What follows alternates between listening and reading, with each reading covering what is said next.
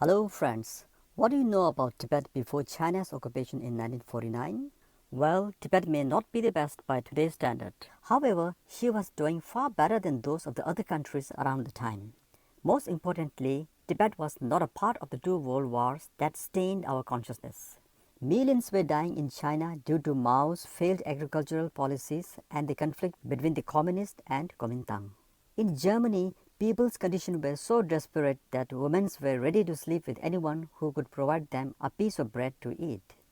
Japan was still reeling under the atomic bomb, while India was dabbling with India-Pakistan separation. Most of the houses in the European countries were in ruins due to the war. However, Tibetans had at least a house to live in and food to eat.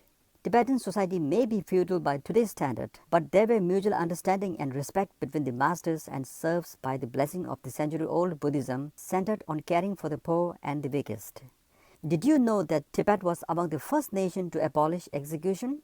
Nature and animals' life were considered sacred and enshrined into the law to preserve them, while countries around the world were busy destroying the environment for profit and monetary gains.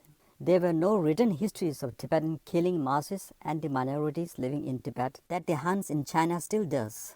Therefore, Tibet before 1959 may not be the best by today's standard, but she was doing far better than those of the other countries around the time. We should keep in mind that we can't compare the past with today's standard and be judgmental about it, as the times and situations are different.